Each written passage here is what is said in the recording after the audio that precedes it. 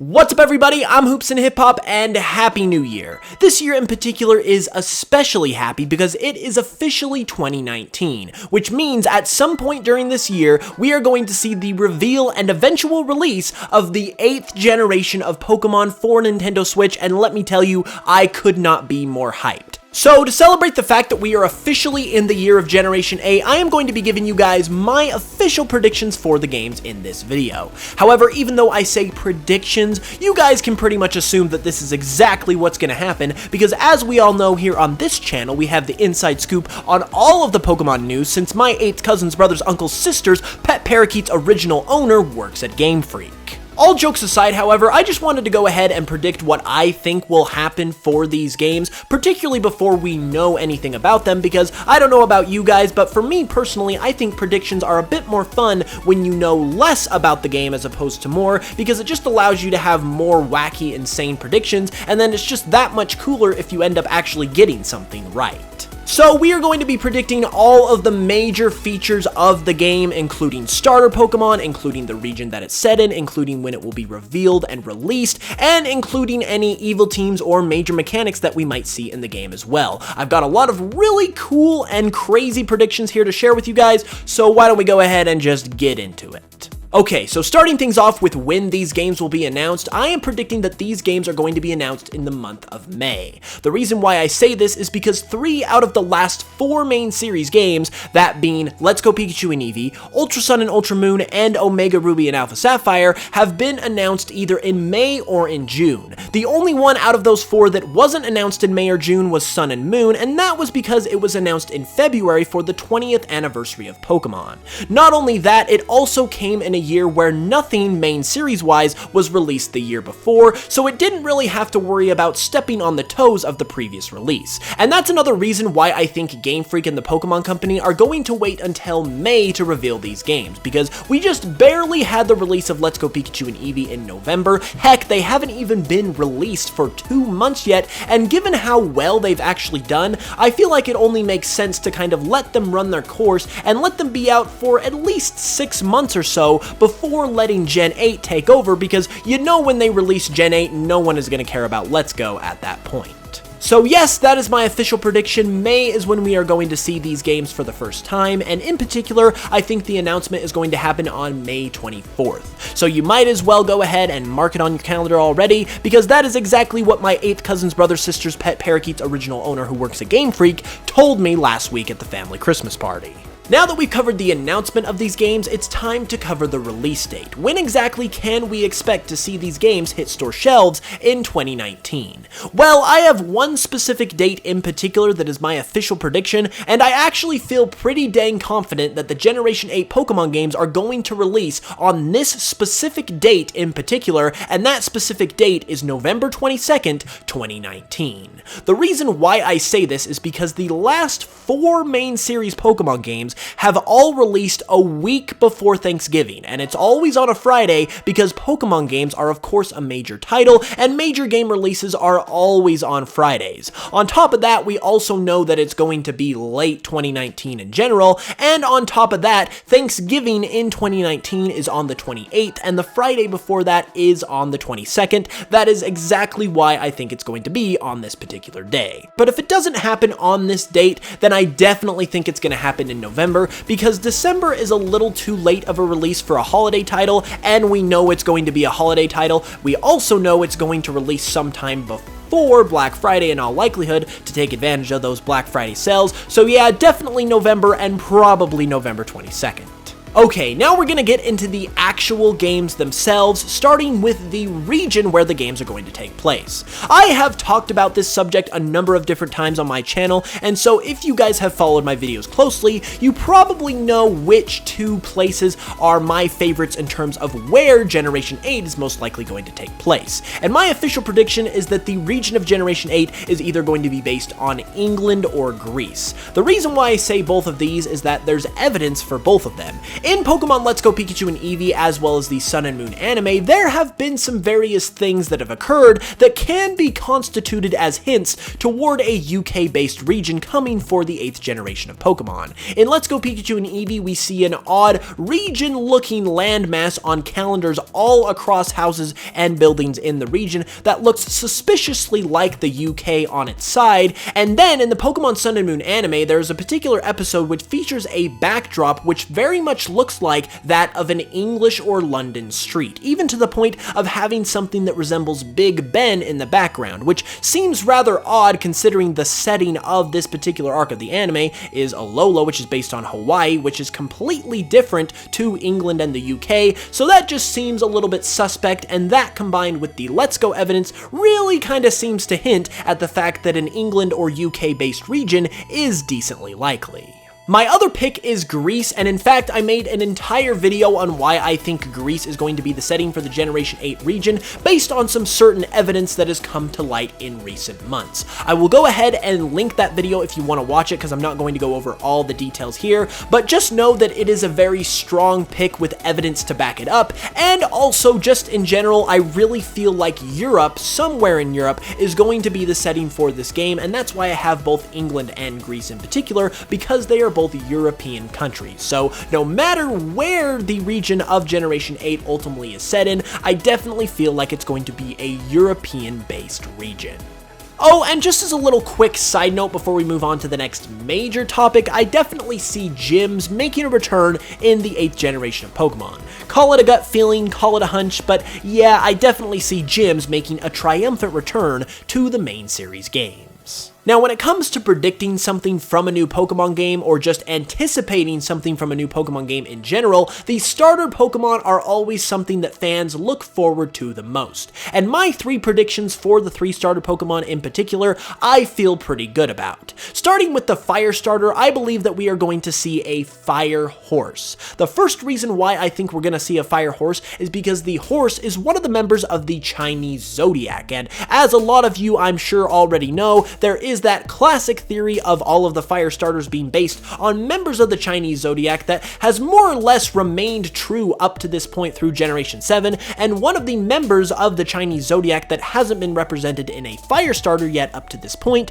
is a horse, so 1 point for a fire horse starter right there. Also, I kind of just have a gut feeling that a horse would make sense in this setting, as well as the fact that it fits well in both Greece and England, considering that in Greece mythology, there are many horses that were prominent throughout the various legends and lore of that culture, and it kind of just fits well in general for an England-based region as well. And going back to my region prediction for a little bit, even if we ended up somewhere in Europe in general for Generation 8 as opposed to Greece and or England, I still think a horse makes a lot of sense and fits very well in this setting for a starter Pokemon. So yes, a Fire Horse fire starter Pokemon is absolutely my prediction for these games. Next up, we are going to take a look at the Grass starter, and for the Grass starter, I think we're going to see some kind of extinct mammal, in particular some kind of extinct rodent. The reason why I say this is because the Grass starter family actually have a trend of being based on things that are extinct, such as the Bulbasaur line being partially based on, obviously, dinosaurs. You've got the Chikorita line that are also based on dinosaurs. You've got Decidueye, who is based on an extinct owl, and so on. And so I definitely think this could be featured again in at least one of the forms of the Grass starter Pokemon. The reason why I think it's going to be a mammal is because we've actually seen a lot of reptiles already for the Grass starters, and it can't really be something like a bird considering we just had a Grass starter bird in Generation 7, so I think that a mammal kind of fits the bill here very nicely. Also, in terms of the inspirations of the Grass starters, we have seen Grass starters based on reptiles, mammals, and birds, and the only one of those 3 categories that hasn't also seen something that is extinct as the inspiration for the Pokemon is the mammal, because of course we have seen extinct reptiles in the form of Bulbasaur and Chikorita, and we have seen extinct birds in the form of Decidueye. The only mammal Grass starter Pokemon we have seen up to this point is the Chespin line, which isn't really based on anything extinct, so the Generation 8 Grass starter could potentially fill that role.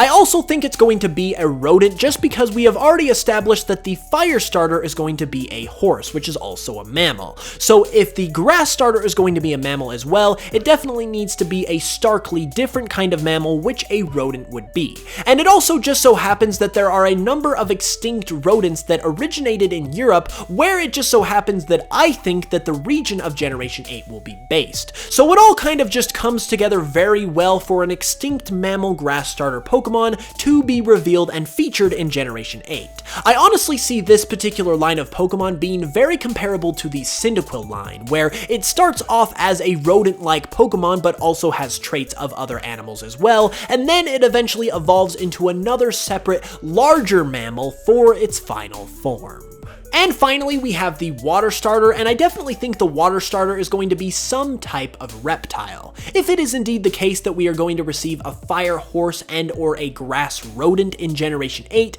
then we will have two mammal starter Pokemon, and I definitely think the water starter is going to need to provide a different look to that. On top of that, I don't think it's going to be a water mammal, because we just barely had Poplio in Generation 7, who is based on a seal, which is a mammal, and we haven't seen an actual reptile water starter since Generation 2 as well, when we got Totodile. One reptile in particular that I'm going to suggest here is a snake, and this is actually based on a trend that we have seen going on with the starter Pokemon. We have actually seen different inspirations for starter Pokemon that have actually been featured in all of the starter types. For instance, we have a starter Pokemon of every type that is based on a bird, with Rowlet being based on an owl, Torchic being based on a chicken, and Piplup being based on a penguin. And we also have amphibians that feature in every starter line as well, with Charmander being based on a salamander for the fire types, Bulbasaur being based partially on a frog for the grass types, and Froakie also being based on a frog for the water types. But Hoops, you might be asking, we've only ever seen one starter Pokemon that's based on a snake, and that's Snivy, so that definitely doesn't suggest that we're going to receive snake Pokemon for the other two starter types as well.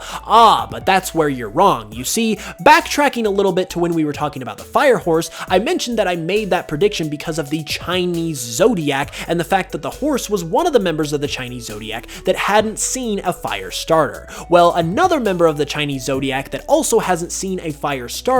is the snake, and if we have already seen a grass snake and we are inevitably going to see a fire snake according to this Zodiac fire starter theory, and because of the fact that we also have this trend where we see commonalities of inspiration amongst all of the different types of the starter Pokemon, it only is reasonable to assume that we could eventually see a water starter based on a snake. And that's why, given the fact that I already said that we're going to see some type of reptile, I feel like it's a good opportunity for it to happen in Generation 8. So yes, you can definitely put the seal of approval on this one. However, I also think it's just as likely that we could see some type of lizard or other reptile. Either way, I do think it's time for the reptile to make its grand return to the water starter family come Generation 8.